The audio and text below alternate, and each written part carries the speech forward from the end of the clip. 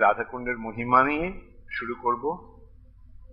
তোমরা আমার সঙ্গে সঙ্গে বলো, বৈকুণ্ঠাৎ জনিত বরা মধুপুরী তত্রাৎ রাসোৎসবাৎ বৃন্দারণ্যম উদারপানি রমনাথ তত্রাপি গোবর্ধনঃ রাধাকুণ্ডম ইহাপি গোকুলপতে প্রেমামৃত প্লাবনাৎ কুর্যাদ আস্য বিরাজতো গিরিতটে সেবাম বিবেকী না কাহ। বৈকুণ্ঠাৎ জনিত বরা মধুপুরী তত্রাৎ রাসোৎসবাৎ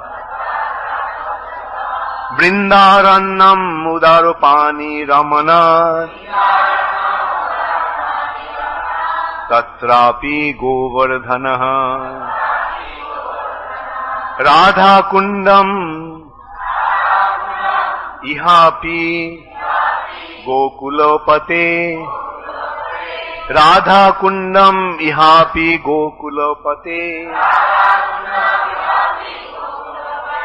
প্রেমামৃত প্লাবনা কুর্যাদ অস্য বিরাজত গিরিতটে সেবাং বিবেকী না কহ। অর্থাৎ বৈকুণ্ঠা জনিত মধুপুরী, বৈকুণ্ঠা জনিত বরা মধুপুরী। বৈকুণ্ঠ থেকে শ্রেষ্ঠ হচ্ছে মথুরা বা মধুপুরী। বৈকুণ্ঠ থেকে শ্রেয় মধুপুরী, মথুরাপুরী। কেন? আর সেখানে তারপরে তত্রাৎ রাসোৎসবাৎ বৃন্দারণ্যম, এবং যেহেতু শ্রীকৃষ্ণ তার রাসলীলা বিলাস করেছিলেন, তাই মথুরার মধ্যে আবার বৃন্দাবন হচ্ছে শ্রেষ্ঠ। আর সে বৃন্দাবন থেকেও শ্রেষ্ঠ কি? গিরি গোবর্ধন। কেন? উদারপানি রমনাথ। শ্রীকৃষ্ণ সেই গোবর্ধনকে তার হাতের ওপরে ধারণ করেছে। আর তার থেকেও শ্রেষ্ঠ কি? রাধাকুণ্ডম। কেন? কেননা সেই রাধাকুণ্ড হচ্ছে গোকুলপতি শ্রীকৃষ্ণ প্রেমামৃত প্লাবনাথ। সেই কৃষ্ণের প্রেম রূপ যে অমৃত, সেই প্রেম রূপ অমৃতের দ্বারা প্লাবিত হচ্ছে সেই রাধাকুণ্ড। কুর্যাদ আস্য বিরাজত গিরিতটে। এই রাধাকুণ্ড শ্রী শ্রী রাধা মাধব কি জয়, সখী বৃন্দ কি জয়, শ্রীমন মহাপ্রভু কি জয়, পঞ্চতত্ত্ব কি জয়, গৌর প্রেমানন্দে হরি।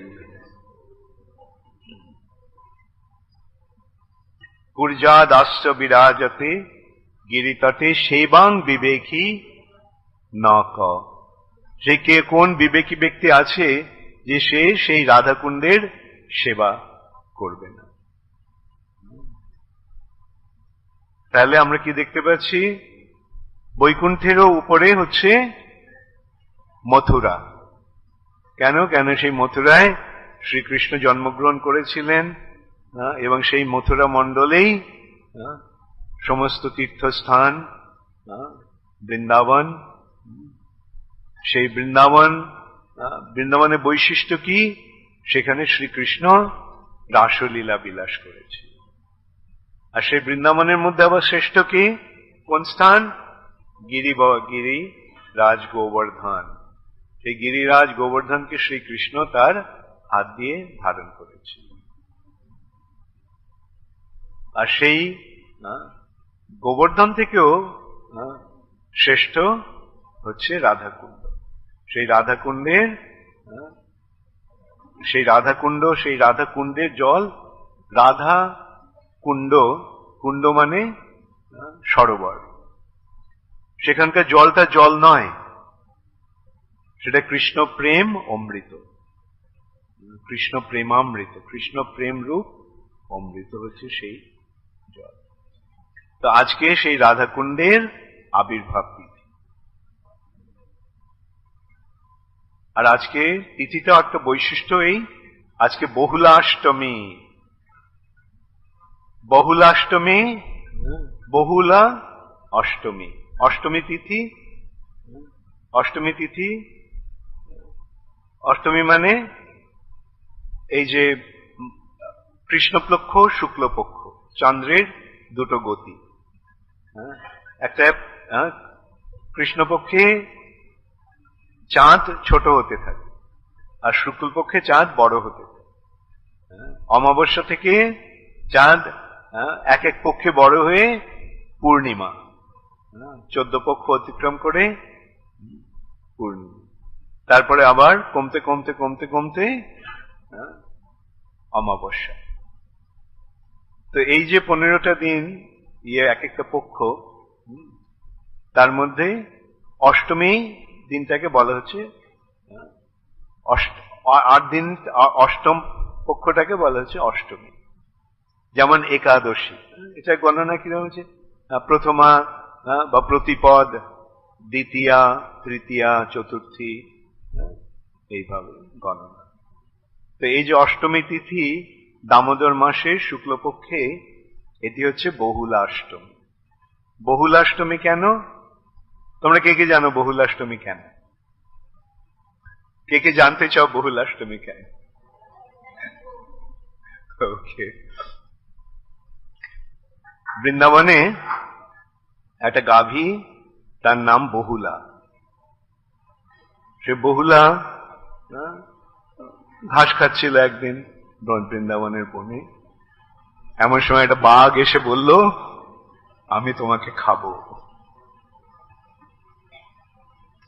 বহুলা বলল, ঠিক আছে, তো আমি আপনার খাবার হওয়ার আগে আমি আমার বাছুরটাকে শেষবারের মতো দুধ খাইয়ে আসি, আর আমার মালিককে আমি বলে আসি যে আপনি আমাকে আজকে আপনি আমাকে আপনার আহার রূপে গ্রহণ করতে চান। বাঘ রাজি হলো, বললো ঠিক আছে যাও। তো গিয়ে বাছুরটাকে খাওয়ালো, তারপরে প্রভুর কাছে গিয়ে বলল কি হয়েছে, এক বাঘ ওকে খেতে চায়। তো সেই ব্রাহ্মণ বলছে, তুমি আমার মা, গো মাতা, গাভীও মা, তা আমি বেঁচে থাকতে তোমাকে কে খাবে, বরং আমি গিয়ে, কি হয়েছে, হরে কৃষ্ণ, ঠিক আছে। এখন বলল যে ঠিক আছে, আমি সেই ব্রাহ্মণ বলল যে আমি সেই বাঘের ভক্ষ হব, বাঘ আমাকে খাক। কি করে আমি আমার মাকে খেতে দিতে পারি, মাকে ভক্ষ রূপে দিতে পারি? সে বাছুরটা বলল যে তুমিও আমার মা, সুতরাং আমিও তোমাকে কিভাবে সে বাঘের ভক্ষও দিতে পারি। এই নিয়ে ওদের মধ্যে তর্ক বিতর্ক হলো। তখন তারা ঠিক করলো, ঠিক আছে আমরা তিনজনেই যাই বাঘের কাছে, দেখি বাঘ মহাশয় কাকে পছন্দ করে। তো ওরা তিনজনেই গেছে। এমন সময় কৃষ্ণ সেখানে এসে উপস্থিত হয়ে বাঘকে বলল, খবরদার, এই গাভীকে তুমি আহার করতে পারবে। তো এইভাবে বহুলার যে উদারতা, আর সেই বাছুরের এবং ব্রাহ্মণের যে উদারতা, সেটা স্মারক হিসেবে এই বহুলাষ্টমী তিথি বিখ্যাত হয়ে রইল। এই দিনটিতে এই লীলাটি হয়েছিল। আর সে যেই বনটিতে এই লীলাটি হয়েছিল তার নাম কি হলো? বহুলা বন। বৃন্দাবনে 12টা বনের মধ্যে একটা হচ্ছে এই বহুলা বন। এই বহুলা বনও এই বহুলার নাম অনুসারে তার নামকরণ হল।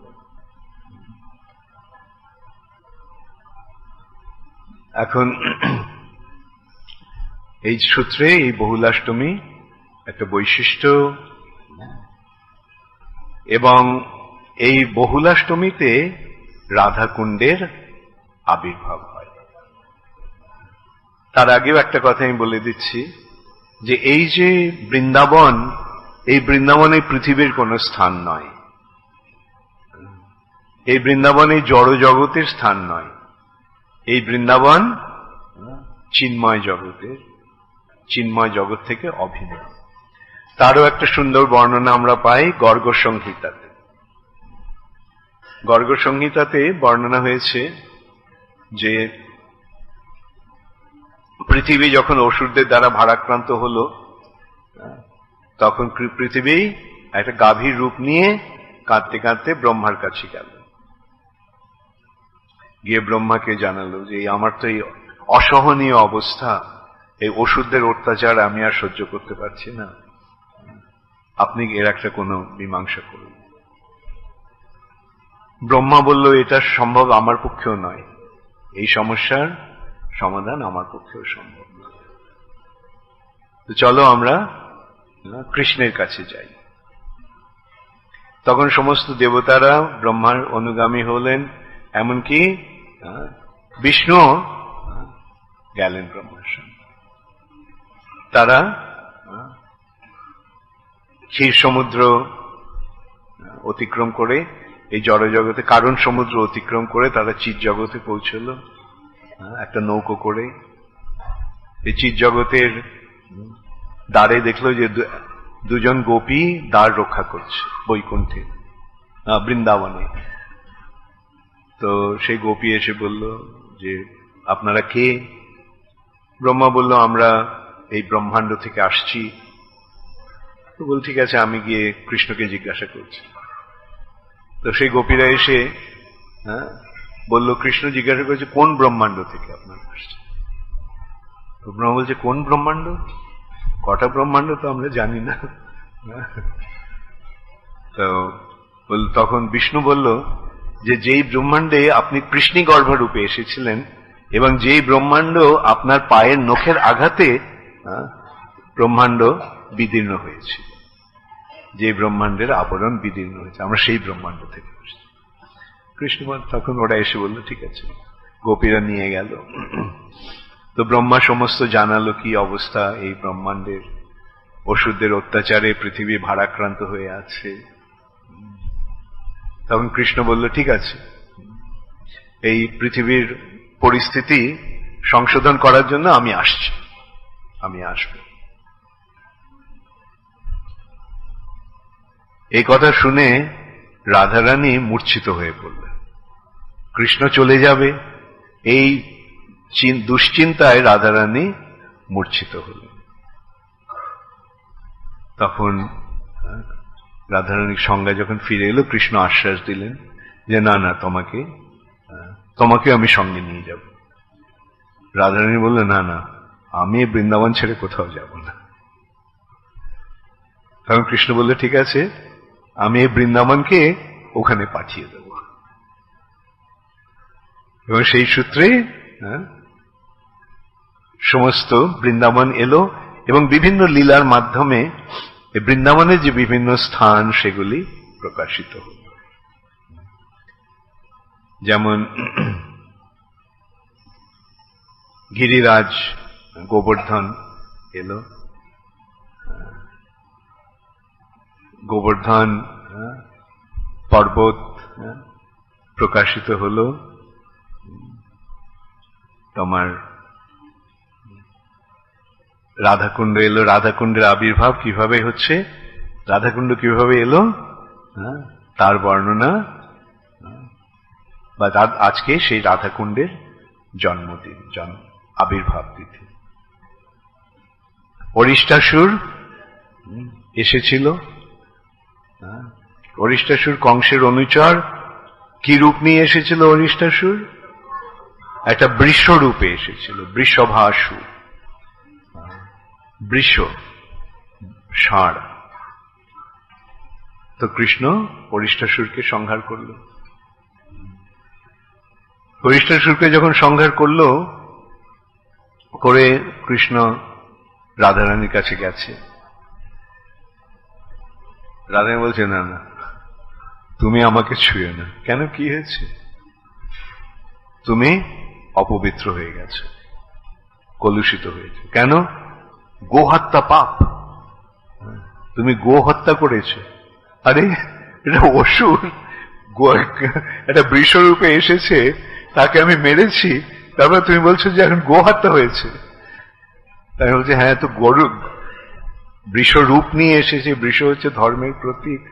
হ্যাঁ, সুতরাং যেহেতু তুমি অসুর হলেও যেহেতু তুমি ওকে হত্যা করেছো, তাহলে তুমি অপবিত্র হয়ে গেছো। তখন কৃষ্ণ বলল, তাহলে কি করবো আমি? পবিত্র হওয়ার উপায়টা কি? তুমি এক্ষুনি যাও, গিয়ে সমস্ত তীর্থে গিয়ে স্নান করে এসো, তাহলে পবিত্র হবে। বাবা, আর সমস্ত তীর্থে গিয়ে স্নান করতে হবে? ঠিক আছে। কৃষ্ণ কি করলো? মাটিতে পদাঘাত করলো, ব্যাস সঙ্গে সঙ্গে সেই জায়গাটা দেবে গেল, বিশাল একটা, এবং সেখানে সমস্ত তীর্থ সেখানে এসে উপস্থিত হল। এইভাবে শ্যাম কুণ্ডের আবির্ভাব হল। কৃষ্ণের কুণ্ড, শ্যামের কুণ্ড। তখন কৃষ্ণ বলল যে এখন তোমরাও তো অপবিত্র হয়ে গেছো, তোমরা অসুরের পক্ষ অবলম্বন করেছ, এখন তোমাদের পবিত্র হতে হবে। তখন সখীরা বলল, ঠিক আছে, হ্যাঁ, তুমি তোমার কুণ্ড করেছো, আমরা আমাদের কুণ্ড করব। তখন ওরা হাতের বলয় খুলে, বালা খুলে, তারা ওই বালা দিয়ে মাটি খুঁড়ে খুঁড়ে তারা একটা কুণ্ড তৈরি করল। এখন সেই কুণ্ডে জল নেই, শুধু খালি কুণ্ড হয়ে আছে। তো দেখে তারা ঠিক করলো, সব মানসী গঙ্গা থেকে তারা সারিবদ্ধভাবে এক একটা কলসিতে করে জল ভরে একজনের হাতে আরেকজন করতে করতে ওই জল এনে ওখানে ঢালা হলো। এবং তাদের এই কার্যকলাপ দেখে কৃষ্ণেরও কৃপা হলো, এবং কৃষ্ণের কৃপায় সমস্ত তীর্থ সেই রাধাকুণ্ডেও এসে সমবেত হল। এইভাবে রাধাকুণ্ডের আবির্ভাব হল। এই রাধাকুণ্ডে যারা স্নান করে, প্রভুপাদ বলেছেন রাধাকুণ্ডে স্নান করলে কৃষ্ণ প্রেম লাভ হয়। কেন? রাধাকুণ্ডই হচ্ছে কৃষ্ণ প্রেম, কৃষ্ণ প্রেমামৃত। সেই রাধাকুণ্ডে যারা স্নান করে, বিশেষ করে এই বহুলাষ্টমীর দিন, রাধাকুণ্ডের আবির্ভাব হয়েছিল রাত্রিবেলা, মধ্যরাত্রে 12টার সময়। তাই লক্ষ লক্ষ লোক যায় রাধাকুণ্ডে স্নান করতে। এইভাবে রাধাকুণ্ডের আবির্ভাব হয়েছিল। ভগবান শ্রীকৃষ্ণ এইভাবে তার লীলার মাধ্যমে বৃন্দাবনকে প্রকাশিত করেছিলেন, এবং বৃন্দাবনের সমস্ত তীর্থস্থান, বৃন্দাবনের বিশেষ কৃষ্ণ লীলাস্থলীগুলি এইভাবে প্রকাশিত হয়েছে। অর্থাৎ এই সূত্রে আমরা দেখতে পাচ্ছি যে বৃন্দাবনের সমস্ত তীর্থের মধ্যে প্রথম কথা, এই বৃন্দাবন হচ্ছে এই জড়জগতের ঊর্ধ্বে যে চিৎজগৎ, সেই চিৎজগতের সর্বশ্রেষ্ঠ স্থান। আর সেই বৃন্দাবনের মধ্যে রাধাকুণ্ড হচ্ছে সর্বশ্রেষ্ঠ। আর এই যে রাধাকুণ্ডের জল, এই রাধাকুণ্ডের জল কোনো সাধারণ জল নয়, এটি রাধারানীর কৃষ্ণ প্রেম। তাই প্রভুপাদ ভক্তদের, যখন বিদেশি ভক্তরা প্রথম দিকে গিয়ে রাধাকুণ্ডে যখন সাঁতার কেটে খেলাখেলি করছিল, তখন প্রভুপাদ না করেছিলেন। এই রাধাকুণ্ডে আমাদের শ্রদ্ধা সহকারে যেতে হবে। সমস্ত ভক্তির পথটাই শ্রদ্ধার পথ। শ্রদ্ধা নিয়ে আমাদের সবকিছু করতে হবে। শ্রদ্ধা নিয়ে কৃষ্ণের চরণে নিজেদের সমর্পণ করতে হবে। এই শ্রদ্ধা নিয়ে আমাদের হরে কৃষ্ণ মহামন্ত্র জপ করতে হবে। এই শ্রদ্ধা নিয়ে আমাদের মন্দিরে এসে শ্রীকৃষ্ণকে দর্শন করতে হবে। এই শ্রদ্ধাটাই হচ্ছে সব এই ভক্তির ভিত্তি, আদৌ শ্রদ্ধা। এই শ্রদ্ধার ভিত্তিতেই সবকিছু। তা না হলে এগুলি কতগুলি আনুষাঙ্গিক ক্রিয়া হয়ে দাঁড়ায়। শ্রদ্ধা যদি না থাকে তাহলে ভক্তির উদয় হবে না। সুতরাং শ্রদ্ধা সহকারে এই পথে অগ্রসর হতে হবে। প্রথমেই হচ্ছে শরণাগতি, ভগবানের চরণে নিজেকে সমর্পণ করা। এই শরণাগতির মাধ্যমেই আমরা কৃষ্ণ ভক্তি লাভ করতে পারব।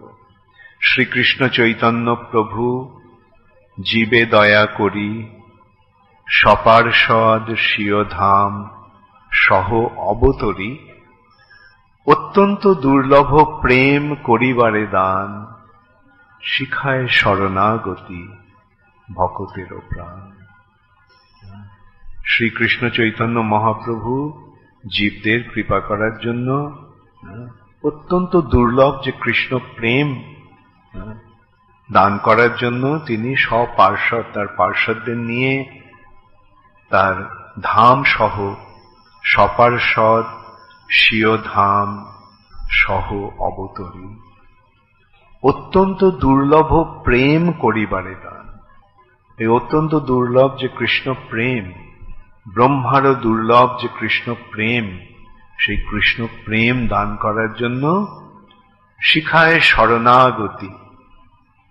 কিভাবে ভগবানের শরণাগত হতে হয় তার শিক্ষা দিচ্ছেন। ভগবদ গীতা চরমে আমরা কি পাচ্ছি? মাম একম শরণং ব্রজ, সর্বধর্মান পরিত্যাজ্য। কৃষ্ণ কি বলছেন?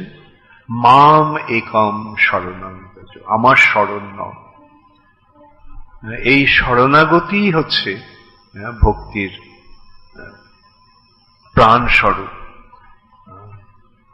শিখায় শরণাগতি ভকতেরও প্রাণ। এই শরণাগতির আমরা জয় শ্রী শ্রী রাধা মাধব শ্রীমন মহাপ্রভু কি জয়, সখী বৃন্দ কি জয়। এই শরণাগতির মাধ্যমেই আমরা ভক্তিপথে অগ্রসর হতে পারব। আমাদের শাস্ত্রে এইভাবে বর্ণনা করা হয়েছে বিভিন্ন দর্শনের মাধ্যমে যে যোগ সিদ্ধির পরে আসছে শরণাগতি। যোগের, অষ্টাঙ্গ যোগের সিদ্ধি কি হচ্ছে? সমাধি, জাম, নিয়ম, আসন, প্রাণায়াম, প্রত্যাহার, ধ্যান, ধারণ, সমাধি। এই যে সমাধি, এই সমাধিতে ভগবানকে দর্শন হয় পরমাত্মা রূপে হৃদয়ে। আর এই যে সমাধির মাধ্যমে যে ভগবানকে দর্শন, তারপরে আসছে শরণাগতি। ভগবানকে দর্শন করার ফলে ভগবানের শরণ নেওয়া হচ্ছে। তার মানে যোগ সিদ্ধির পরে যে শরণাগতি, সেই শরণাগতি শ্রী চৈতন্য মহাপ্রভু আমাদের সরাসরি ভাবে দিয়ে দিয়েছে।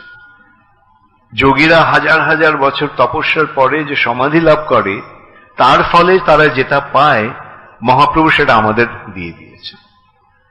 সেই জন্য মহাপ্রভু হচ্ছেন মহাবদান্য। মহাবদান্য এমন ভাবে কেউ কখনো ভগবান কোনো অবতারে কৃপা করেন। নমো মহাবদান্যায়। কেন তিনি মহাবদান্য? কৃষ্ণ প্রেম প্রদায়তে। এই যে কৃষ্ণ প্রেম, সেটা তিনি দান করছেন। তাহলে আমরা দেখতে পাচ্ছি যে শরণাগতি যেটা ভক্তির শুরু, সেটা যোগের সিদ্ধির পরে আসছে। তাই জন্য প্রভুপাদ বলেছেন যে যারা ভগবত ভক্তি লাভ করেছে বুঝতে হবে যে তারা যোগ সিদ্ধি লাভ করে গেছে, তারা সব সিদ্ধ যোগী। কেন? যোগ সিদ্ধির পরে আসছে এই শরণাগতি। তাহলে যারা এই শরণাগতি লাভ করেছে তারা সব যোগ সিদ্ধি লাভ করে গেছে। তো সেই সূত্রে বলা যেতে পারে, আরে আমরা যে সব যোগ সিদ্ধ যোগী হই, তাহলে আমাদের যোগ সিদ্ধির সেই প্রভাবগুলি কোথায়? যোগ সিদ্ধির যে প্রকাশ আছে, অনিমা, লঘিমা, মহিমা ইত্যাদি, কামবশয়িতা ইত্যাদি। এই সূত্রে আরেকটা কথা বলা হচ্ছে, যেমন খুব ধনী ব্যক্তির সন্তান, সে জন্মসূত্রে ধনী, তাই না? কোটিপতি সন্তান জন্মসূত্রে কোটিপতি, তাই না? কিন্তু জন্মের পরেই কি বাবা তাকে কোটি টাকা দিয়ে দেয়? বরং অনেক পয়সা দেয় না ছোটবেলায়, যাতে খারাপ না হয়ে যায়। তারপরে যখন উপযুক্ত হয়, বড় হয়, তখন ঠিক আছে, বাবা সম্পত্তিটাকে হস্তান্তরিত করে। ঠিক তেমনি কৃষ্ণ ভক্তরা, যদিও তারা সব কৃষ্ণের কৃপায় সবকিছু লাভ করে গেছে, কৃষ্ণের ভক্ত হওয়ার ফলে ভক্ত কৃষ্ণের সম্পত্তির অধিকারী, কিন্তু কৃষ্ণ উপযুক্ত না হওয়া পর্যন্ত সেই সম্পদটাকে দেন না। যখন উপযুক্ত হয়, তখন তাদের মধ্যে এই সমস্ত যোগ সিদ্ধির প্রভাব দেখা যায়। শ্যামানন্দ প্রভুর এক শিষ্য ছিলেন রসিকানন্দ প্রভু। রসিকানন্দ প্রভু একদিন সকালে একটা পুকুরের পাড়ে বসে, একটা পাথরের ওপরে বসে তিনি দাঁত মাজছিলেন। এমন সময় একজনে এসে বলল যে, জানেন, এক যোগী এসেছে, সে বাঘের পিঠে চড়ে এসেছে। রসিকানন্দ প্রভু বলল, ও তাই নাকি? আচ্ছা, আমি যাই গিয়ে দেখে আসি। বলে সেই পাথরটা শুদ্ধ উড়ে গিয়ে সেখানে ওই যোগী এসেছে বাঘের পিঠে চড়ে, আর উনি গেলেন পাথরে চড়ে। পাথরটা তার প্রভাবে উড়ে গেল। সেই পাথরে বসে তিনি, সেই যোগী পরবর্তীকালে রসিকানন্দ প্রভুর শিষ্য হয়েছে। এইগুলি হচ্ছে ভক্তের বৈশিষ্ট্য। যেমন প্রভুপাদ যে কাজটি করলেন, কোন যোগী এই কাজ করতে পেরেছে? কোন যোগী এরকম করতে পেরেছে সারা পৃথিবী জুড়ে কৃষ্ণ ভক্তির প্রচার? যোগীরা নিজেরাই সিদ্ধি লাভ করতে পারে না, ভক্ত হতে পারে না। আর শিল প্রভুপাদ সারা পৃথিবীকে ভক্ত বানালেন। জানো তো যোগী আর ভক্তের মধ্যে পার্থক্য কোথায়? যোগী আর ভক্তের মধ্যে পার্থক্য কোথায়? যোগী, একসময় নারদ মুনি এসেছে পৃথিবীতে। একজন যোগী, সে তপস্যা করছে, এমন তপস্যা করছে যে তার শরীরের উপরে উইয়ের ডিবি হয়ে গেছে। যেমন বাল্মীকি মুনির হয়েছিল উইয়ের ডিবি। এতদিন ধরে তপস্যা করছে যে যেমন হিরণ্যকশিপুরও হয়েছিল, উইয়ের ডিবি হয়ে গেছে সরাসরি, এত কঠোর তপস্যা করছে। তো নারদ মুনিকে দেখে সেই যোগী জিজ্ঞাসা করলেন, নারদ মুনি, আপনি তো বৈকুণ্ঠে যান, তো ভগবানকে জিজ্ঞাসা করবেন আমি কবে তিনি আমাকে উদ্ধার করবেন, কবে তিনি আমাকে তার কাছে নিয়ে যেতে দেবেন। নারদ মুনি বলেন, ঠিক আছে, আমি যাব, জিজ্ঞাসা করব যখন বৈকুণ্ঠে যাব। তখন নারদ মুনি গেছেন, দেখে একজন চামার মুচি জুতো সেলাই করছে আর ভগবানের নাম করছে। নারদ মুনিকে দেখে তো আনন্দে উৎফুল্ল হয়ে, ও নারদ মুনি, পায়ে পড়ে একেবারে, আমার কি সৌভাগ্য, আপনার দর্শন আমি পেলাম। নারদ মুনি, আপনি ভগবানকে জিজ্ঞাসা করবেন যে কবে তিনি আমাকে স্মরণ করবেন। ঠিক আছে। নারদ মুনি ফিরে এসছেন বৈকুণ্ঠ থেকে। যোগী জিজ্ঞাসা করছে, নারদ মুনি, আপনি জিজ্ঞাসা করেছেন ভগবানকে? হ্যাঁ, জিজ্ঞাসা করেছিলাম। ভগবান কি বললেন?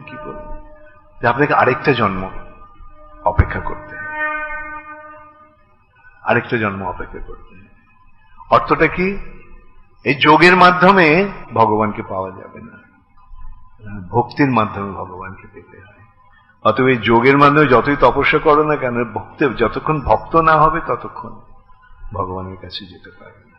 তো যাই হোক, সেই যোগী তো আর রেগে মেগে একেবারে অস্থির।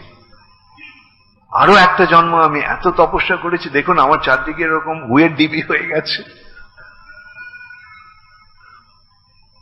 কি করবো বলুন? ভগবানকে জিজ্ঞাসা করেছেন, ভগবান তো এই কথাই বললেন। ভগবান জিজ্ঞাসা করেছে, আপনি বৈকুণ্ঠে সত্যি সত্যি গিয়েছিলেন? বলেন তো ভগবান কি করছিল ওখানে? ভগবান একটা ছুঁচের মধ্যে দিয়ে একটা হাতি গলাচ্ছিলেন। কি ছুঁচের যে ছাদা আছে সেই ছাদার মধ্যে দিয়ে হাতি গলাচ্ছে, এটা কিভাবে সম্ভব? হ্যাঁ, আমি বুঝতে পেরেছি আপনি বৈকুণ্ঠে যাননি, নারদ মুনি চলে গেছে। সেই মুচির কাছে এসেছে, মুচি তো নারদ মুনিকে দেখে আনন্দে আত্মহারা। নারদ মুনি আপনি জিজ্ঞাসা করেছেন ভগবানকে কবে আসবে, কবে উনি আমাকে কৃপা করবেন? হ্যাঁ, আমি জিজ্ঞাসা করেছিলাম। কি বললেন? যে এই তেঁতুল গাছটাতে যত পাতা আছে ততবার তোমাকে জন্মগ্রহণ করতে হবে, তারপরে তোমার উদ্ধার হবে। তেঁতুল গাছের পাতা দেখেছো তো? হ্যাঁ, একটা পাতাতেই কয়েকশোটা পাতা থাকে, আর সেই বিরাট গাছ, তার মধ্যে কত পাতা। তো মুচি তো আনন্দে আত্মহারা হয়ে নাচতে লাগলো। ও ভগবান তো অন্তত কৃপা করবেন আমাকে, একদিন না একদিন তিনি আমাকে করবেন, কৃপা করবেন। তো নারদ মুনি তুমি বিশ্বাস করলে ভগবান এটা বলেছেন? হ্যাঁ, কেন করবো না? হ্যাঁ, আপনি বলছেন, নিশ্চয়ই ভগবানের এটাই বিচার করেছে। তুমি জানো ভগবান ওখানে কি করছে? বলুন ভগবান কি করছিল? ভগবান ছুঁচের ছাদা দিয়ে হাতি গলাচ্ছিলেন। মুচি তো আরো নাচতে লাগলো, ভগবানের কি অসীম কৃপা! হ্যাঁ, তিনি ছুঁচের মধ্যে দিয়ে হাতি গলান। নারদ মুনি জিজ্ঞাসা করলেন, তুমি বিশ্বাস করলে একটা ছুঁচের মধ্যে দিয়ে কিভাবে হাতি গলাতে পারে? তো মুচি তখন একটা তেঁতুলের বীজ তুলে নিয়ে দেখিয়ে বলল যে এই বীজটার মধ্যে যদি ভগবান এত বড় গাছটা ঢোকাতে পারেন, তখন ভগবানের পক্ষে একটা ছুঁয়ের চোখে দিয়ে হাতি গলানো কি একটা অসম্ভব ব্যাপার। সঙ্গে সঙ্গে সেই তেঁতুল গাছের সমস্ত পাতা ঝরে পড়ল, বৈকুণ্ঠ থেকে রথ এলো সেই ভক্তকে নিয়ে যাওয়ার জন্য। এটাই হচ্ছে যোগীদের সঙ্গে ভক্তদের পার্থক্য, বা অভক্তদের সঙ্গে ভক্তদের পার্থক্য। ভক্তরাই কেবল ভগবানকে জানতে পারে, ভগবানকে বুঝতে পারে এবং ভগবানের কাছে ফিরে যেতে পারে। ভক্তা মাম অভিজানাতি, ভক্তরাই কেবল ভক্তির দ্বারা আমাকে জানতে পারে। আর এবং সেই যে ভক্ত, সে যদি সপচও হয়, মদ ভক্ত সপচ প্রিয়, চণ্ডালোপি দ্বিজশ্রেষ্ঠ হরিভক্তি পরায়ণা। সপচ মানে চণ্ডাল, চণ্ডালও যদি ভক্ত হয় সে দ্বিজ ব্রাহ্মণের থেকে সে উত্তম। এইটি হচ্ছে ভগবত ভক্তির বৈশিষ্ট্য, ভগবত ভক্তির বৈশিষ্ট্য। চণ্ডালোপি দ্বিজশ্রেষ্ঠ হরিভক্তি পরায়ণা। এবং সেই ভক্তিতে সকলের অধিকার রয়েছে। স্ত্রী বৈশ্য তথা শূদ্র স্তেপি জানতি পরাঙ্গতি। সুতরাং এখানে বৈষ্ণবের নাহি জাতি কুলাদি বিচার, যেই জন কৃষ্ণ ভজে সে বড় চতুর। যারা কৃষ্ণ ভক্ত তারাই প্রকৃত ভাগ্যবান, এবং সেই ভক্ত হওয়ার অধিকার সকলের রয়েছে, এখানে কারোর কোনো বাধা নেই। আর সেই ভক্তির পথটা ভগবান কত প্রশস্ত করে দিয়েছেন এই কলিযুগে। নিত্যানন্দ প্রভু অধম জনের দ্বারে দ্বারে গিয়া হরিনাম মহামন্ত্র দেন বিলাইয়া, যারে দেখে তারে কহে দন্তে তৃণ করি, আমারে কিনিয়া লহ ভজ গৌর হরি। এত বলি নিত্যানন্দ ভূমে গড়ি যায়, সোনার পর্বত যেন ধুলাতে লুটায়। এইভাবে নিত্যানন্দ প্রভু কৃপা করছেন। প্রেমের বন্যা লইয়া নিতাই আইল গৌরদেশে, ডুবিল ভকতগণ দীনহীন ভাসে। এইভাবে মহাপ্রভু নিত্যানন্দ প্রভু কৃপা করেছেন। সুতরাং আমাদের আর চিন্তা কি? এই যে একটা অপূর্ব সম্পদ আমরা অনায়াসে পেয়ে গেছি, ব্যাস এটাকে আশ্রয় করে আমাদের এই জীবনটা সার্থক করতে হবে। এই জীবন সার্থক করার কি সুন্দর একটা সুযোগ আমরা পেয়েছি। সুতরাং এই পথটাকে যথাযথভাবে অবলম্বন করে থাকতে হবে।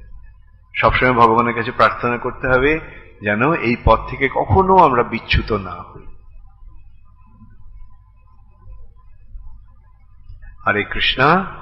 श्री श्री राधाष्टमी महोत्सव की जय। श्री श्री राधा कुंड आविर्भाव तिथि की जय। श्री श्री बहुलाष्टमी महोत्सव की जय।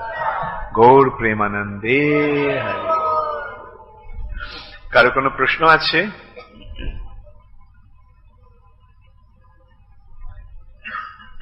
এখানে মাইকটা আছে। হরে কৃষ্ণ মহারাজ, আমাদের একটা প্রশ্ন, বহুলা গাভী এবং তার সন্তান এবং তার মালিক, তারা উভয়ের জন্য স্যাক্রিফাইস করছে এভাবে তারা, এবং অন্তিমে কৃষ্ণ তাদেরকে উদ্ধার করেছেন। তো এই পাঁচ টাইমের মাধ্যমে আমরা কিভাবে আমাদের জীবনে অ্যাপ্লাই করতে পারি? ভেরি গুড, খুব সুন্দর প্রশ্ন। তো এই বহুলা যে গাভী, তার বৎস এবং তার মালিক দুজনেই কিভাবে বহুলার জন্য নিজের জীবন উৎসর্গ করতে প্রস্তুত ছিল, এটাই হচ্ছে প্রকৃত মহাত্মার পরিচয়। যে মহা আত্মা, তার আত্মাটা এত প্রশস্ত, এত বিশাল, এত মহান, যে তাদের পক্ষে এরকম কার্যগুলি করা সম্ভব।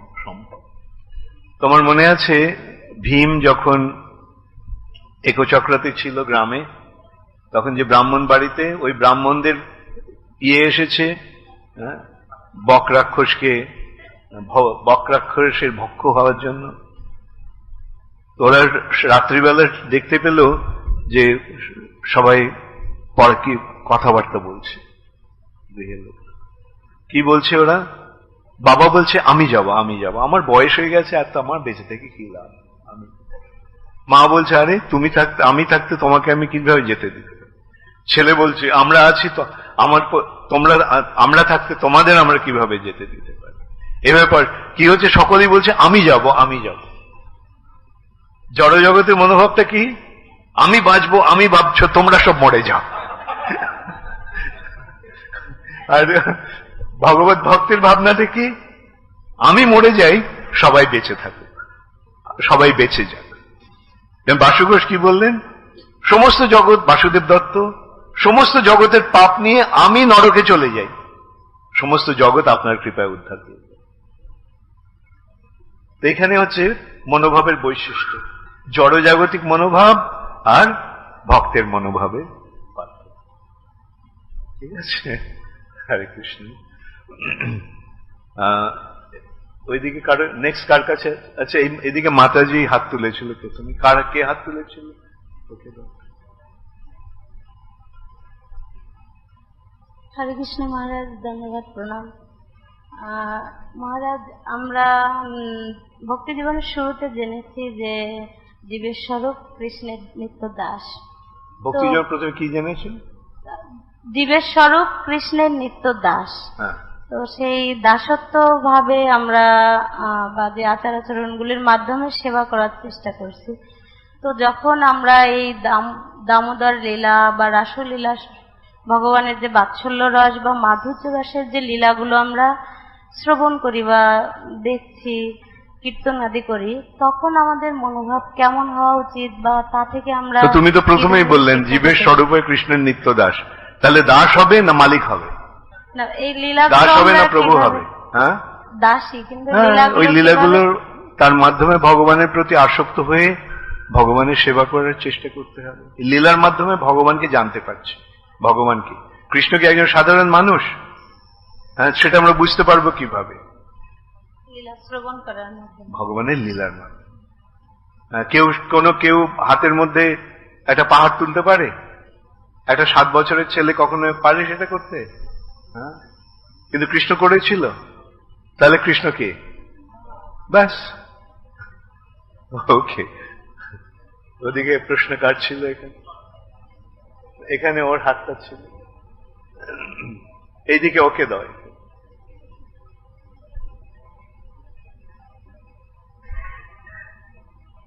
তোমাকে আমি পরে দেখব। ধন্যবাদ, ধন্যবাদ গুরু মহারাজ।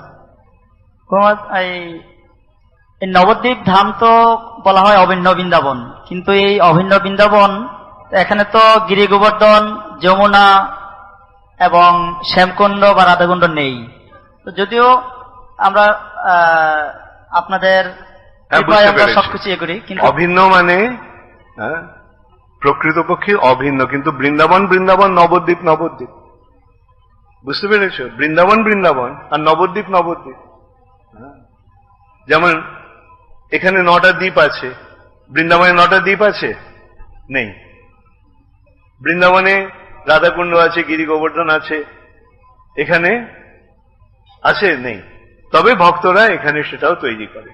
যেমন শিল ভক্তি সিদ্ধান্ত সরস্বতী ঠাকুর গোবর্ধন করেছেন, শ্যামকুণ্ড রাধাকুণ্ড করেছেন, সেটা ভক্ত এটা করতে পারে। কিন্তু বুঝতে হবে যে বৃন্দাবন বৃন্দাবন, নবদ্বীপ নবদ্বীপ, কৃষ্ণ কৃষ্ণ, চৈতন্য মহাপ্রভু চৈতন্য মহাপ্রভু।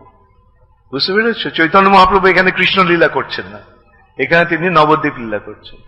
আবার কৃষ্ণ বৃন্দাবনে কৃষ্ণ লীলা চৈতন্য লীলা করছেন না, কৃষ্ণ লীলা করছেন। ওকে, আচ্ছা, এখানে কার প্রশ্ন? হ্যাঁ প্রভু, আপনি বললেন এই সর্বধর্মান পরিত্যাজ্যং মামেকং শরণং ব্রজ। আচ্ছা, আমার সর্বধর্ম, কোন সর্বধর্ম আমাদের পরিত্যাগ করতে হবে? Very good, very good. ভগবত ভক্তি ছাড়া আর যা কিছু তার সব পরিত্যাগ করতে হবে।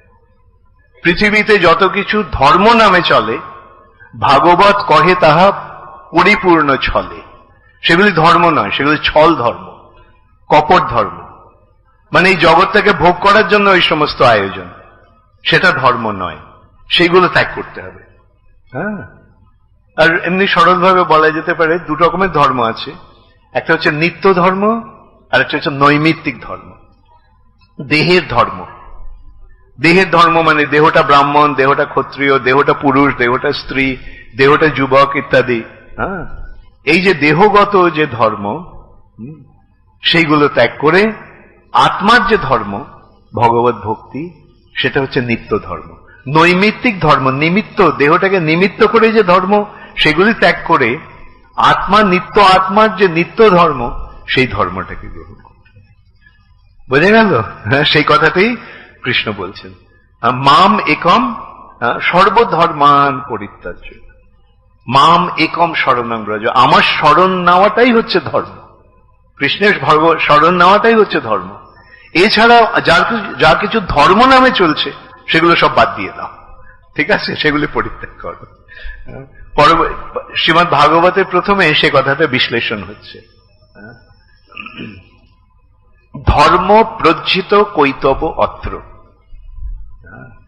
কৈতব মানে কি? কৈতব মানে জানো শব্দটা?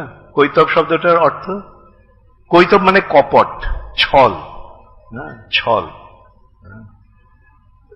কৈতব ধর্ম প্রজ্জিত কৈতব অত্র, যে এই যে ছল ধর্ম মানে যেগুলি বলছে ধর্ম কিন্তু ধর্ম নয়, সেগুলিকে বর্জন করে ধর্ম প্রজ্জিত, প্রজ্জিত মানে একেবারে পুরোপুরি ভাবে বিদায় দিয়ে,